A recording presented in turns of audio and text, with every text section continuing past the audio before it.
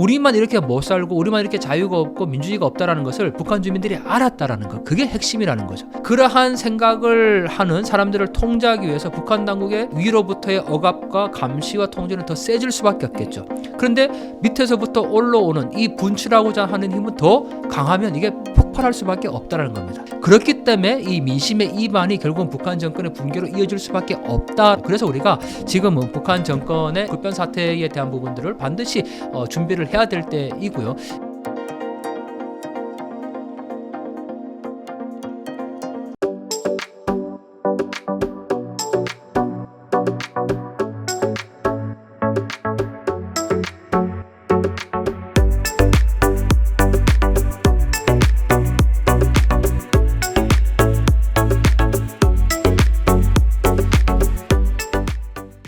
최근에 북한 관련해 가지고 뭐 크게 이슈가 되고 있는 사항이나 충격적인 일이 있다면 좀 말씀해 주시죠. 네, 사실 북한과 관련된 모든 일은 다 충격적입니다.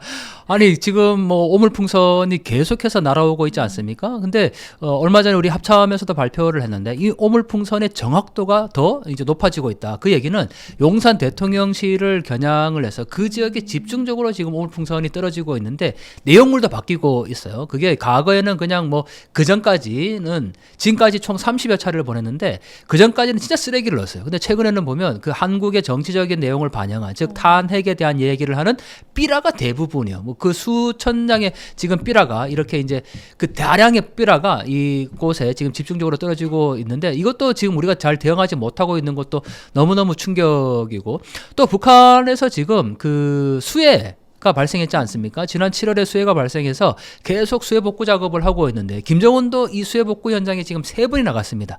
근데 이게 중국에서 그 압록강 건너 북한의 수해 현장의 그 작업장을 촬영한 영상이 속속 공개가 되면서 이게 얼마나 열악하다라는 것이 지금 알려지고 있거든요. 제 유튜브에도 개인적으로 그 몇 개의 방송을 좀 올려놨는데 정말 여러분들 그 먹는 물이 없어서 압록강에 나가서 그 물을 구하고 있는 그 북한 청년 돌격대들의 모습이라든지 또 여성 청년 돌격대가 그 무거운 그 장비들을 함께 옮기고 있는 모습들, 그리고 한 달 만에 지금 16층 아파트가 새로 세워졌다고 얘기를 하는데 그 아파트가 정말 깡통 아파트에 아무것도 없어요. 예, 그 부실 공사를 지금 하고 있는 모습들이나 이게 정말 보면 너무나도 충격이고 경악하지 않을 수가 없는 부분이죠. 저희가 북한 경제가 너무너무 어렵고 북한 주민들이 참 열악하게 살고 있다, 맨날 이렇게만 얘기를 하니까 그 잘 피부에 안 와닿아요. 그리고 이런 주장들이 사실일까 막 이렇게 의심하시는 분들도, 의혹을 갖고 보시는 분들도 계신데, 이거는 뭐 대한민국에서 만든 영상도 아니고 중국에서 압록강 건너 신의주의 그 건설 현장을 촬영을 한 건데 고스란히 그 모든 열악한 실상이 다 드러납니다. 더 중요한 건 거기에 김정은이 왔다 간 곳이에요. 현지 지도를 한 곳이에요. 그런 곳임에도 불구하고 제대로 된 중장비 하나 없이 맨손으로 그렇게 작업을 하고 있는, 그리고 그 청년들이 먹을 게 없고 뭐 물 한 모금 못 구해서 압록강에 나와서 물을 따 마시는 그런 장면들을 보면서 야, 정말 우리가 이 북한을 좀 제대로 볼 필요가 있구나라고 생각이 드는데, 저는 지금 뭐 이루어지고 있는 이 모든 상황들이 다 참 너무나도 충격적인데 우리가 너무 이 북한 문제에 좀 익숙한 것이 아닌가라고 생각이 듭니다. 수해 복구 현장에서 식사도 제대로 못하면서 일을 하고 있는 게 지금 현실이라고 이야기하시는 건가요? 맞아요. 왜냐하면 그 식사하는 장면이 나왔습니다. 네. 그런데 당연히 그 뭐 먹는 물도 제대로 없으니까요. 거기 어디 가서 뭐 우리처럼 그 건설장 옆에 식당이 있고 뭐 그렇게 하겠습니까? 네네. 그냥 바닥에 앉아가지고 요만한 접시 하나를 놓고 사람들이 급하게 막 뭔가를 먹고 있는 장면이 카메라에 고스란히 담겼거든요.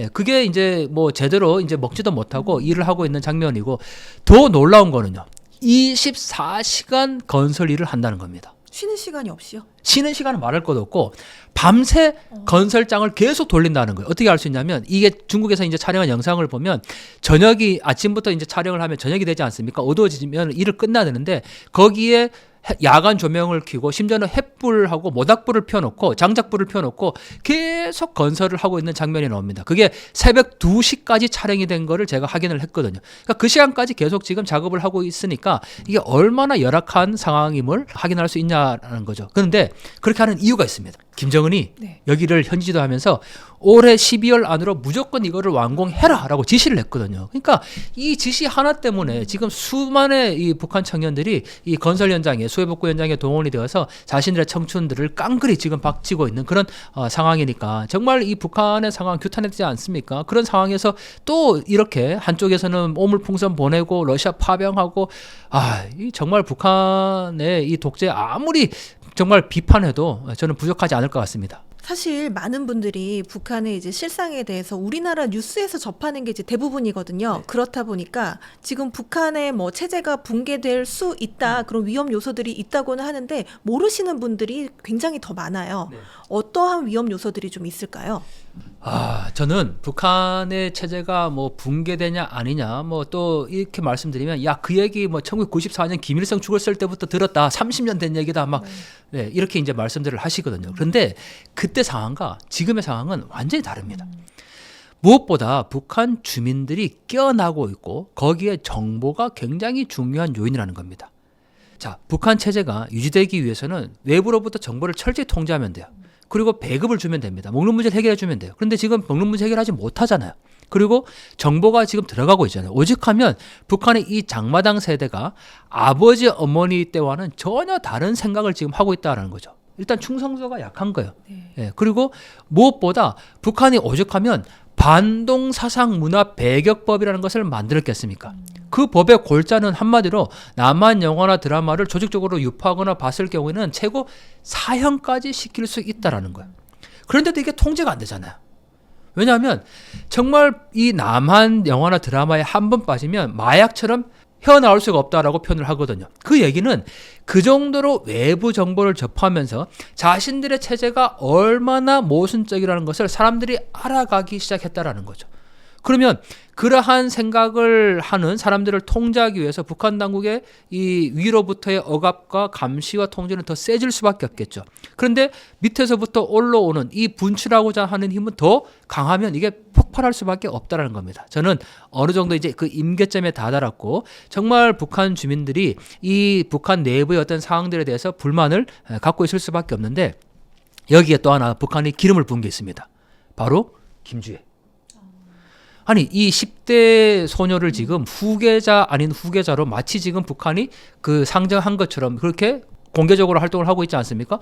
북한 주민들로 보면 정말 어이없는 상황인 거죠. 이 북한 내부에서 지금 4대 세습을 하겠다. 그것도 10대 어린 여자아이에게 이 뭐 정치 이 권력을 지금 승계하겠다라고 하니까 북한 주민들의 불만은 높을 수밖에 없는 상황인 거고 저는 또 그 가장 중요한 거는 비교라는 관점입니다.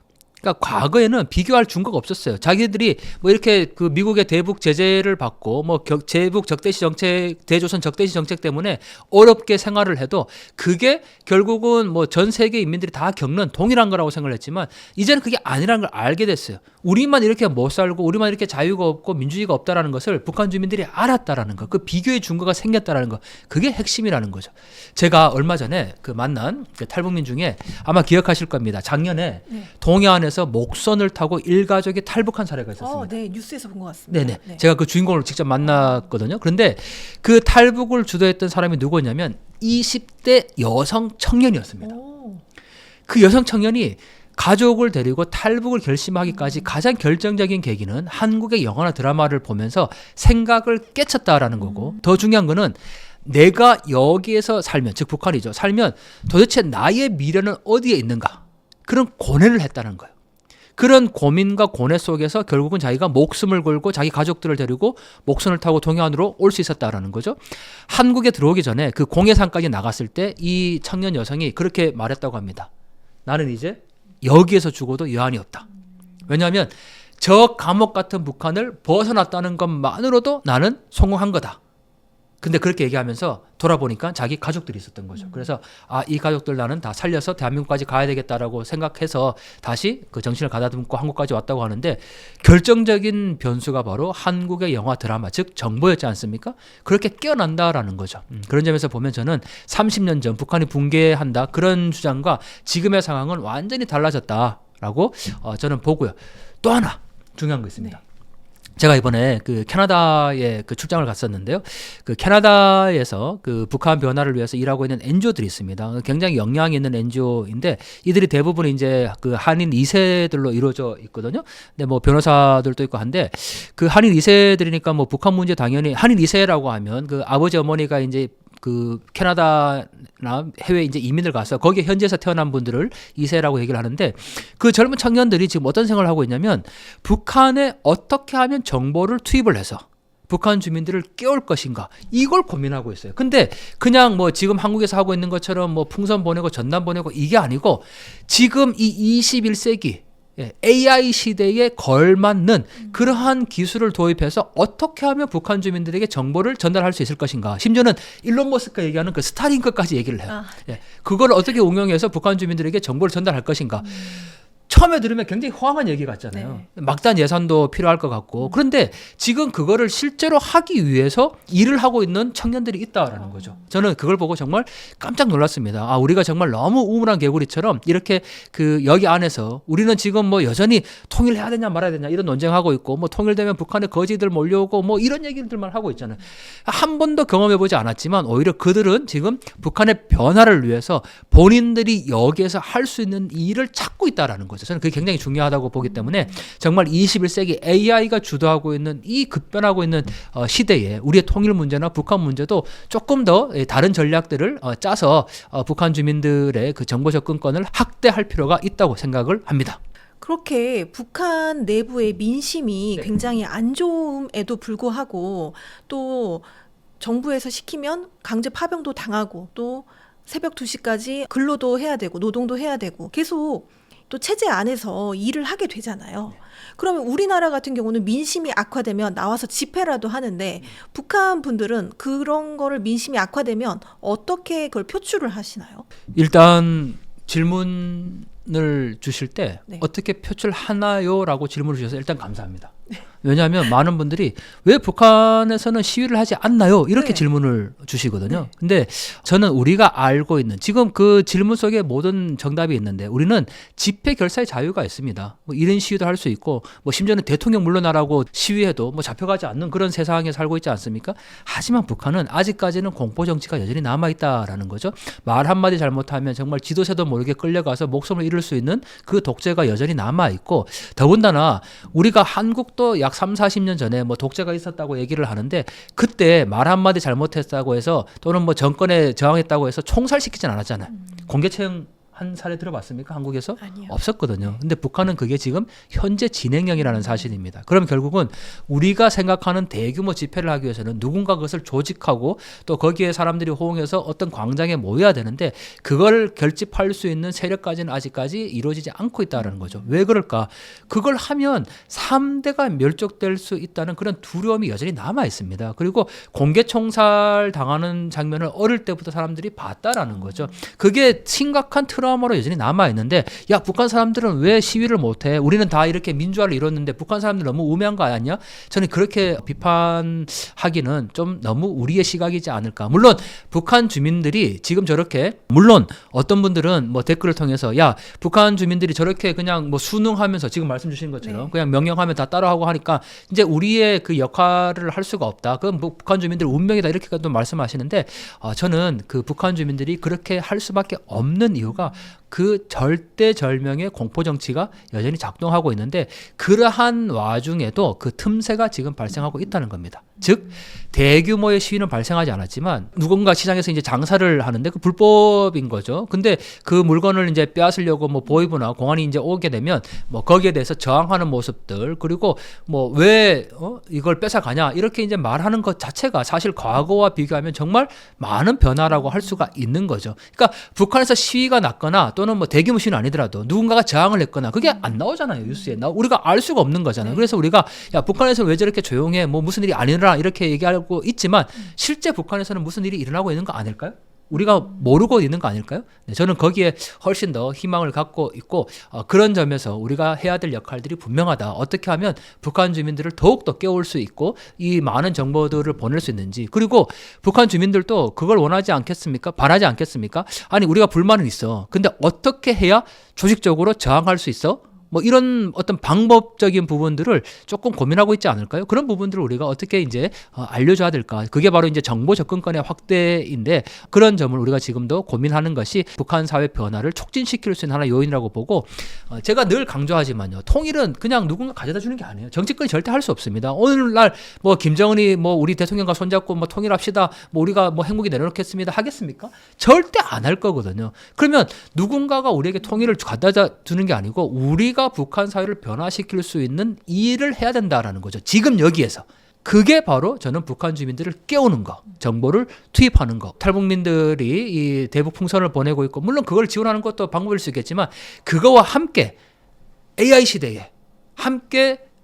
시대에 정말 최첨단 방법으로 할 수 있는 게 분명히 있을 것 같아요. 저도 그 방법을 지금 몰라서 너무너무 안타깝고 좀 답답한 심정인데 그런 그 전공을 하시는 분들 또는 우리 지금 방송을 보고 계시는 구독자분들이 정말 좋은 아이디어 있으면 저희한테 좀 알려주시면 좋을 것 같습니다. 그걸 우리가 그 집단지성이라고 얘기할 수 있을 것 같은데 북한 주민들을 깨울 수 있는 최첨단 획기적인 아이디어 공모하면 좋겠습니다. 최근에 그 북한에서 송전탑을 해체하는 모습을 보여줬는데요. 그 이유가 무엇이라고 보시나요? 일단 북한에서 지금 이루어지고 있는 모든 내부적인 문제는 지난 2024년 1월 15일에 김정은이 연설한 걸로 거슬러 가야 됩니다. 김정은이 그때 제1의 적대국으로 불변의 주적으로 간주해라라고 지시를 했거든요. 그리고 한국에 대해서 이제는 동포, 동족, 뭐 통일 이런 단어를 쓰지 말라라고 지시를 했습니다.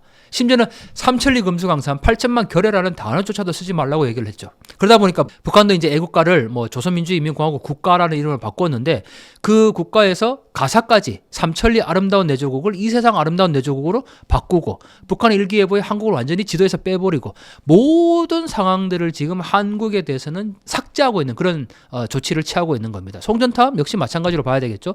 동해안 경원선과 경의선 지금 철도 다 끊었고 여기에 지금 새로운 장벽들을 만들어내고 있지 않습니까? 이러한 모든 부분들이 바로 김정은이 지시한 두 개의 조선 여기에 따른 결과다. 저도 결과다. 그리고 북한은 이러한 그 한국을 배제시키는 뭐 더 나가서 이제 괴뢰 한국이라고까지 표현하는데 그러한 조치들을 앞으로 계속 이어갈 것이다라고 볼 수 있죠.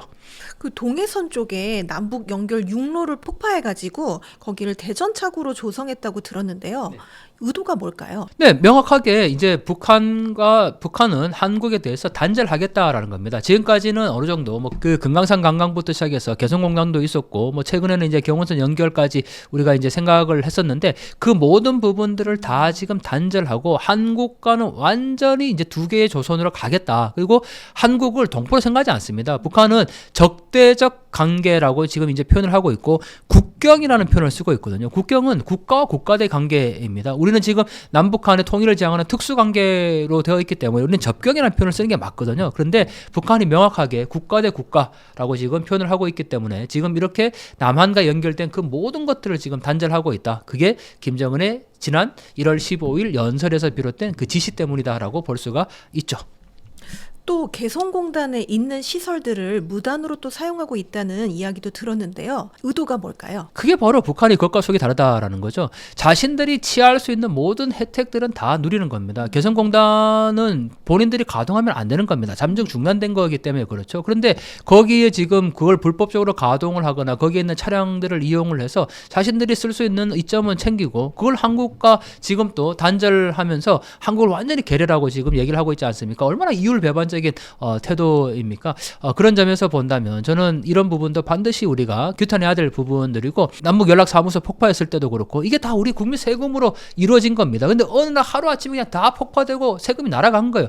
여기에 대해서 정부가 지금 얘기를 안 하고 있거든요. 여기에 대해서 우리가 정치권이 이 문제에 대해서 지금 같이 북한에 대해서 대응을 해야 되는데 그걸 안 하고 있는 상황이지 않습니까? 북한이 이러한 자신이 경제 이익이 있을 때는 뭐 한국의 동포, 민족 이런 개념으로 접근하고 우리 민족끼리라는 개념으로 또 그것이 않을 때는 이렇게 완전히 단절시키는 이러한 이율배반적인 행동들을 보이고 있기 때문에 저희가 대한민국이 좀 더 단호한 대처를 할 필요가 있다라고 생각을 합니다. 지금까지 이야기해 주신 걸로 보면 북한 이제 수뇌부 쪽에서는 계속 강압적인 태도로 나오고 있고 또 오히려 민심은 계속 악화되고 있는데 이게 이제 어느 시점이 됐을 때 말씀하신 것처럼 이 민심이 폭발을 해서 북한의 이제 체제가 붕괴될 수 있잖아요.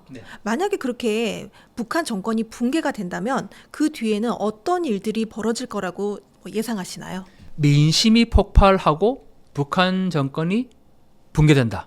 사실 이렇게 이제 연결시키기에는 굉장히 좀 단순하죠. 그리고 야 이게 너무 논리적인 비약이 지금 심하기 때문에 어떤 분들은 뭐 여기에 절대 이제 동의하지 않을 겁니다. 하지만 민심이 이반된다라는 그 자체가 북한 내부에서는 굉장히 큰 요인입니다. 왜냐하면 북한 체제가 유지되는 과정에서 가장 중요한 거는 절대적인 충성심과 정권의 지지도였다라는 거죠. 그리고 우리가 세뇌 교육이라고 표현할 만큼 북한 주민들이 하나의 거대한 기계의 부속품처럼 그렇게 이 움직였기 때문에 북한 체제가 유지될 수 있었는데 민심이 이반된다라는 거는 그러한 모든 충성도와 정권의 지지도가 약화된다라는 결과죠. 그리고 이게 북한 당국이 이 주민들의 이러한 변화 요구를 억누르기 위해서 굉장히 공포 정치를 지금 취했지 않습니까? 근데 이게 이제 통용이 안 되는 거예요. 대장 갈 데가 없는 거예요. 그렇기 때문에 이 민심의 이반이 결국은 북한 정권의 붕괴로 이어질 수밖에 없다라고 저희가 이제 얘기를 하는 거지. 이게 단순한 논리는 아니라는 거죠. 자, 그런 점에서 본다면 결국은 북한 체제가 앞으로 이제 어떻게 될 것인가? 저는